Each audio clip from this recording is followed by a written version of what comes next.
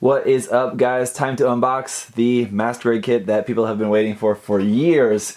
It is the Justice Gundam, finally, and it is really good timing, and I think it's very convenient and probably planned on Bandai's part that they're releasing this not too long, I guess about a year after the release of the Freedom Gundam 2.0, because it's sharing a lot of the same parts. The inner frame is pretty much going to be all the same as the Freedom Gundam, and then even some of the parts like the arms, I think, and then maybe like the thighs, a few parts of armor, not really all that much, but a few are shared with the Freedom Gundam as well. So yeah, should be a pretty awesome kit. The Freedom was a really super nice kit. Not really personally, like, I wouldn't rate it as one of my favorite master grades just due to the design. This is not that really one that's like one of my favorites.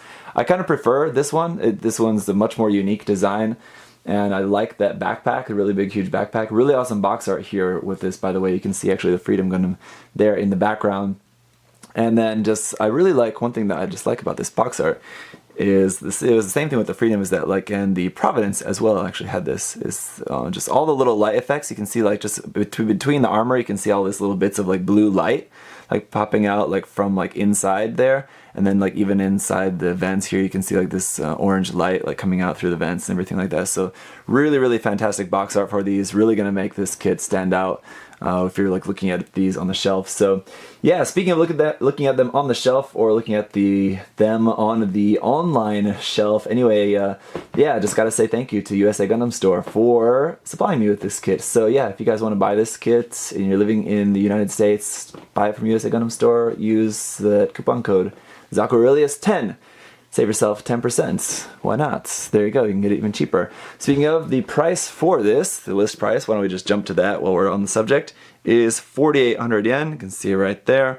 4,800 yen for this. There is a photo of what the kit is going to look like, just snapped up, straight out of the box, no painting or anything on that. It's looking pretty nice with all those sticker markings on there. It is going to be coming with a bunch of sticker markings, some hand options, some different beam options there, and then basically just the shield and the rifle. So, sorry, a little bit out of frame there. Not a whole lot of much like in terms of like a bunch of accessories, but it does come with the action base as well as that big huge backpack, which is kind of like its main thing. So we'll get to all to that in just a second. Here it has the Fortis beam cannon, which I guess is what's there on the backpack. Those can fold over the shoulders to be fired like that. The legs work the same way as the Freedom 2.0 and the Providence, so gonna want to be careful with that. Some people have had issues with that part in the hips breaking. Really unique head, nice articulation all around. The arms do kind of, the elbow joint has a little bit of like a sliding action there, so you can get that posed really well. Same thing with the chest that's shown in this photograph here. It can, of course, ride on top of the backpack there as well. The Fatum 00, anyway, is the name of that backpack. So it can stand on that. It has little pegs that fold out, and you can plug it onto there, plug it up on the action base, and it can ride it. I prefer it just on the backpack, but if you wanted to do some of that, it does recreate that from the anime series quite well. So just a look at here on the other side, what it's going to look like front and back, and then an action pose here with that double-ended beam saber. Yeah, and then it has those little beam, what are those called here? Lacerta beam sabers that are from the shoulders. You can pull that off the shoulder, and then you have little beam effect parts for those. You can throw those out at some fools and do all that fun stuff. It also has a figure and markings, so it has a small little Athranzala figure and then some markings. So it's going to be pretty much just all of these sticker markings, sticker decals, but it does have a few not water slides, unfortunately. What do I want to say? Dry transfers. Yeah, so really huge runner here. First thing right off the bat, this runner is very large. It's been a while since I've seen a runner that big, it seems like, or maybe it's just because I haven't built a 1/100 scale kit for a while. I don't know. Anyway, so just a whole bunch of parts here. And it is going to be using some parts from the Freedom Gundam 2.0, but I really don't think it's going to be really all that many. That yellow is looking very similar to the yellow used in the Providence Gundam, actually, which does sort of make sense. So yeah, frame stuff, that's from the Freedom, definitely. The shield, also from the Freedom. There, and then our action base. Now, awesome that this kit comes with this action base. This is the action base 13 that came with the Gundam Fenice Renashida. It's the best action base that Bandai makes. So that's cool. Anyway, here's the manual. Box art there once again on the front. On the back, you can see here's just a nice big painted reference image of the kit. I really like the whole look of the legs too. Very like thin, streamlined legs, like that knee going down to the feet there. Just a really nice design of the mobile suit in general. So one reason why I like this more than the Freedom personally. MS tracks in CE. There you can see it with the Freedom 2.0. In some CG art, there is the painting guide for the Gundam as well as for the pilot figure as well, seated and standing. Little quick tip there for panel lining, and then some more about the inner frame and the gimmicks there. That is all in Japanese and English. And then here about the pilot and the weaponry and stuff. So there is all English for all of that, but this is all stuff that I'm sure is on the wiki page, so you can just read that if you want to figure this out. I'm sure if there's any new information that was revealed in this manual, it's probably already updated on the wiki page already, I'm sure. So just going through the parts here, you can see A, B, C, D, E, F, G, H. There, H was that really super huge runner that I mentioned. That was right off the bat. And then it looks like I and J are probably our runners from the Freedom Gundam, as well as, let's see, that D runner there also from the Freedom, the shield parts. I know that. So, but this one you can see I and J are inner frame runners, and there's a lot of X's on there, so you're gonna have a lot of leftover parts from the Freedom that we're not gonna be using for this. And then the other stuff that it comes with, and then the construction. The construction is just going to be going body first, then head, then onto the arms.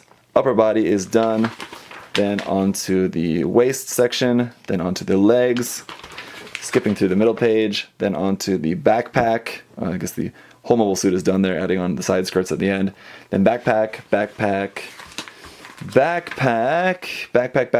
finally the backpack is done. Then onto the weapons, relatively simple for those, just a beam rifle and a shield, just a couple quick steps there. Beam sabers, and then just how to use the weapons, and then how to build the base, finishing up the base, and then just how to work some of the articulation points, and then just how to kind of take the backpack off and then use that for standing, or just how to mount it like from a vertical to a horizontal position. And then finally on the last page here is where it's going to talk about, I guess, standing that. So you can see it just has a peg. It's going to fold down from the foot and fit into a hole on the top of the backpack and all of that. So, and then here finally is just where all these stickers and markings are going to be going. All right, let's get a look at the runners. Right, so first up is our foil sticker sheet, and it's very small, which is always nice, but should expect that for our master grade. Just one there for the eyes, and then some blue ones there for some different cameras. Then we do have a set of dry transfer decals, not too many, basically just for a few of the main markings for that, the X09A, I think that's what that's supposed to be, and then ET102, and then the Fatum for the backpack there, a few white lines. That's pretty much it. And then we have our much larger marking sticker decal sheet. Really wish that Bandai would figure out that they would be much better off giving us some water slides for these kits, but for some reason they just don't want to do that. So anyway, so again, here we have that base as well, BA13, base 13, here's A, and runners B1 and B2, all the parts for the base just here all in black. So we have runner A, a 4-color runner, just a few clear parts there at the top, some yellow parts here on the side, and again, I think that's looking very similar yellow to the yellow used in the Providence Gundam. A few clear pink beam saber effect parts here at the bottom, 2 for the short little ones, and then 2 for the long ones. And these long ones are super long. Those are really long. In the review, I'll compare those to what we normally get with 1/100 scale master grade Gundams. These are definitely at least like 3 or 4 centimeters longer, I would say. They're very exaggerated.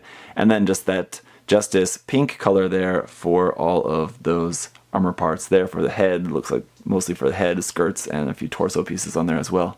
Runner B, just a very standard gray color, just for some frame parts. Obviously a large part here for the backpack, and then some other stuff going around here and there on the kit. So the runner marking for these newer runners is going to be Master Grade 1/100 Justice Gundam. Runner C, just the same as Runner B, is just a standard gray color with some parts here for some inner frame and detail parts in gray.